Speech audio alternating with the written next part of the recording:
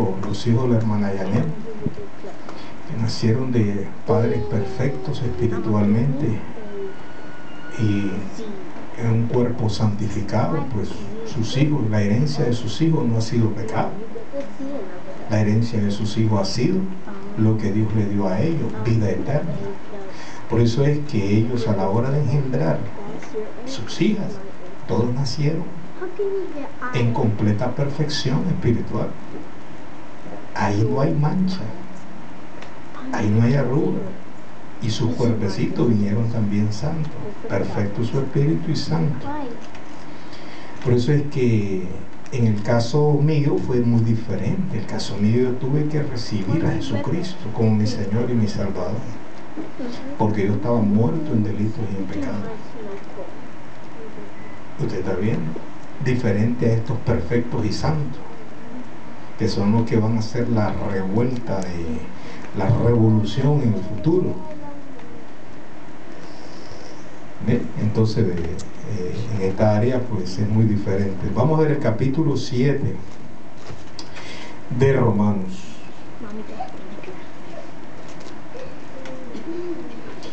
¿Acaso ignoráis, hermanos? Pues hablo con los que conocen la ley. Nosotros casi no conocemos la ley, ¿verdad? Parte. Que la ley se enseñorea del hombre entre tanto que éste vive. Porque la mujer casada está sujeta por la ley al marido mientras éste vive. Pero si el marido muere, ella queda libre de la ley del marido. Así que si en vida del marido se uniere a otro varón, será llamada adúltera. Pero si su marido muriere, es libre de esa ley, de tal manera que si se uniere a otro marido, no será adúltera. Así también vosotros, hermanos míos, habéis muerto a la ley mediante el cuerpo de Cristo, para que seáis de otro, del que resucitó de los muertos, a fin de que llevemos fruto para Dios. Te damos gracias, Padre, en el nombre de Jesucristo, por el amor suyo, su amor, su gracia, la cual es sobreabundante en la vida de cada uno de nosotros.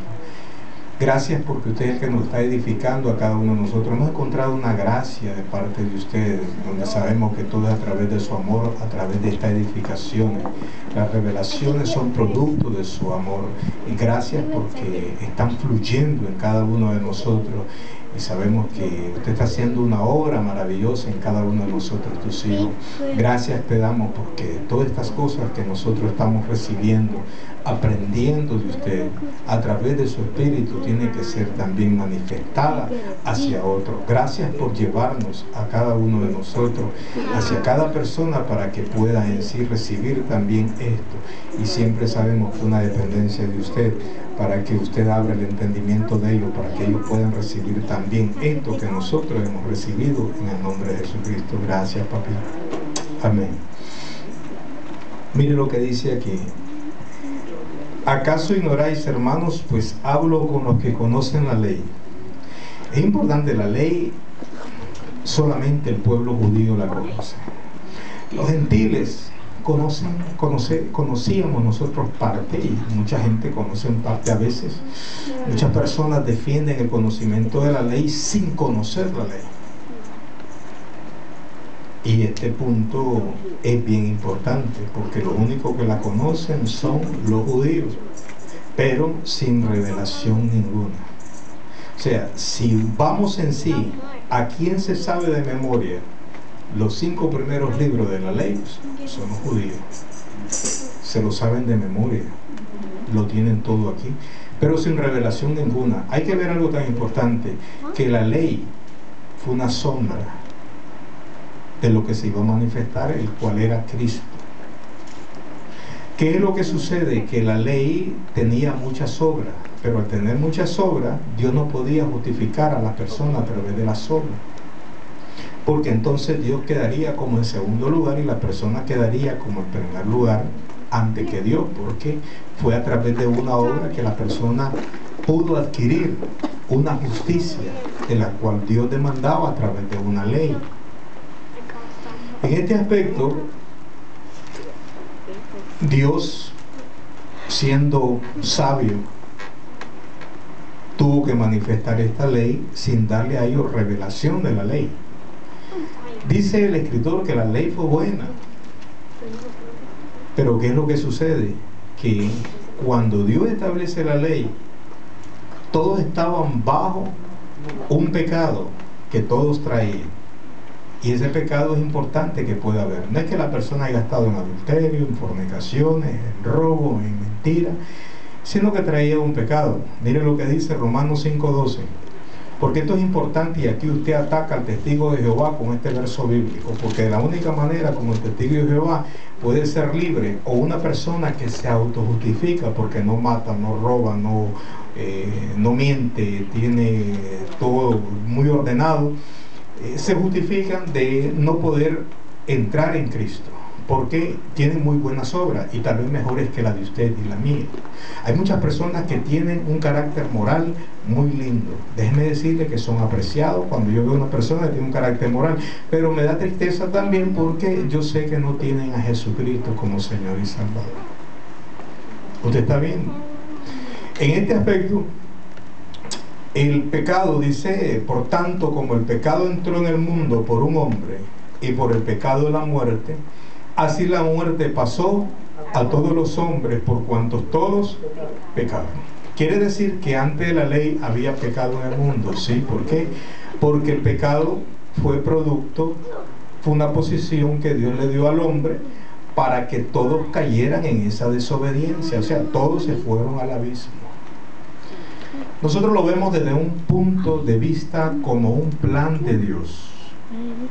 No lo vemos como algo injusto, sino como algo en lo cual Dios tenía que manifestar, porque ya nosotros hemos enseñado que Dios reunió todas las cosas ¿en quién? En Cristo. Todos fueron sujetados en desobediencia para Dios después tener misericordia de todos. Entonces el pecado entró en el mundo por un hombre, y por así la muerte pasó a todos los hombres por cuantos todos pecaron. Entonces aquí todos tenían que necesitar de alguien que lo auxiliara. Pero después Dios establece leyes, y las leyes que Dios le dio a Moisés, nosotros ya conocemos cuáles son las leyes.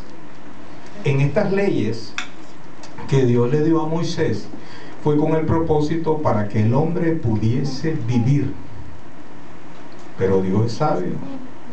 Dios sabía que el hombre no podía vivir a través de las obras, pero si las cumplía, vivía.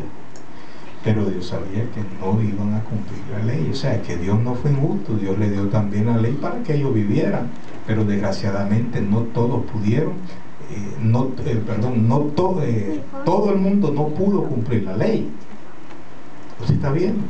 Entonces, al fallar en un punto de la ley, todos quedan bajo el convicto de la ley, diciéndole, tú eres un pecador, porque a través de la ley es el conocimiento del pecado. Pues usted puede ver el capítulo 6 y el capítulo 3 de Romanos y el verso 19 y el verso 20. Pero sabemos que todo lo que la ley dice, lo dice a los que están bajo la ley, para que toda boca se cierre y todo el mundo quede bajo el juicio de Dios. Y yo pregunto, ¿usted está bajo la ley o bajo la gracia? Bajo la gracia. Entonces quiere decir que ya no estamos bajo ese régimen de la ley, porque ellos regían. La palabra régimen es alguien que está rigiendo, que está dirigiendo. Y la ley Dios la dio para que rigieran, y esa ley los condenó y los maldijo. Por eso es que cuando Dios establece la ley, y la ley la establece para los que están bajo la ley, y es para que toda boca se cierre. Por eso es que cuando alguien habla de la ley y alguien sabe de gracia, el de gracia le tapa la boca al que tiene los dichos de la ley. ¿Por qué motivo? Porque no hay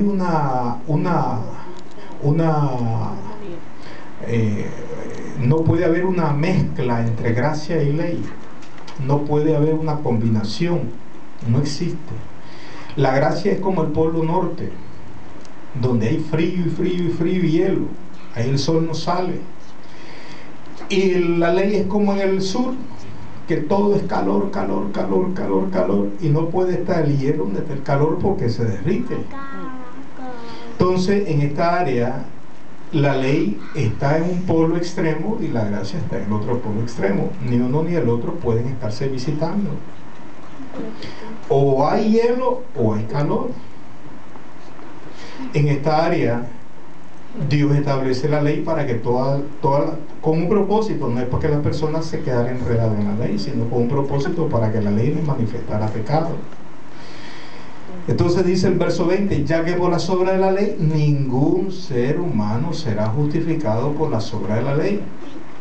Ningún ser humano, porque por medio de la ley es el conocimiento del pecado. Quiere decir que Dios fue muy bueno. Si no ha sido por la ley, yo no hubiese conocido que soy un pecador y nadie hubiese conocido que era un pecador. Pero ¿qué es lo que sucede en este aspecto? Que después que venimos nosotros a Cristo, la persona como que se le olvidó, por causa de enseñanza, de que a través de la ley es el conocimiento del pecado. Entonces, Dios estableció, por ejemplo, no mentirás, no robarás, no dirás falsos testimonios, no irás, y un sinnúmero de leyes. Entonces, cuando el hombre fallaba en uno de ellos, entonces quedaba expuesto bajo el juicio de Dios por medio de la ley que la persona había pecado. Ahora, en este capítulo 7, aquí hay una analogía tomada supuestamente del matrimonio, donde Pablo dice cosas en términos humanos para que se pueda entender lo espiritual. Entonces, en esta analogía dice el verso 2, porque la mujer casada está sujeta por la ley al marido mientras éste vive. ¿Quién era el marido? El conocimiento de Moisés. Ese era el marido que teníamos antes nosotros.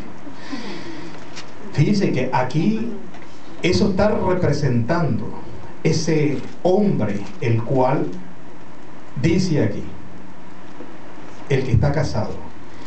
La casada viene siendo en sí la persona la cual está recibiendo la orientación o la directriz de aquel el cual está sujeto. Por eso dice que la mujer está sujeta ¿a quién? Al marido. Cuando nosotros vemos, yo tengo una enseñanza profunda acerca de esto, que viene de allá y por qué Dios estableció todas estas cosas.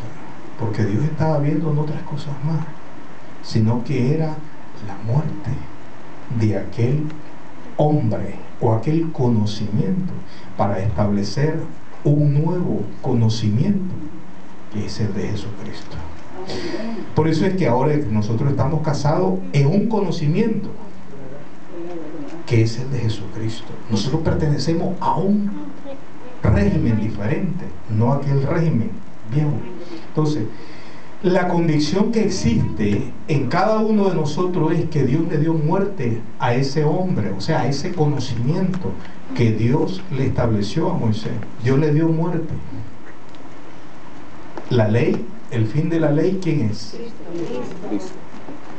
Yo pregunto, ¿la ley pudo resucitar juntamente con Jesús? No. ¿El pecado resucitó juntamente con Jesús? No. Tanto el conocimiento de la ley como el pecado fueron sobre el cuerpo de Jesús.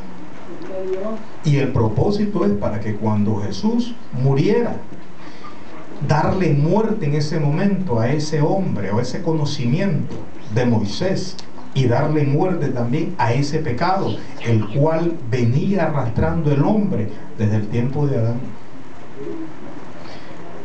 Aquí el Señor en su sabiduría mata de un solo tiro a dos pajarracos: al conocimiento de la ley y mata al pecado como posición en la persona. Lo elimina. Por eso que cuando Jesús resucita, dice que resucitó sin pecado.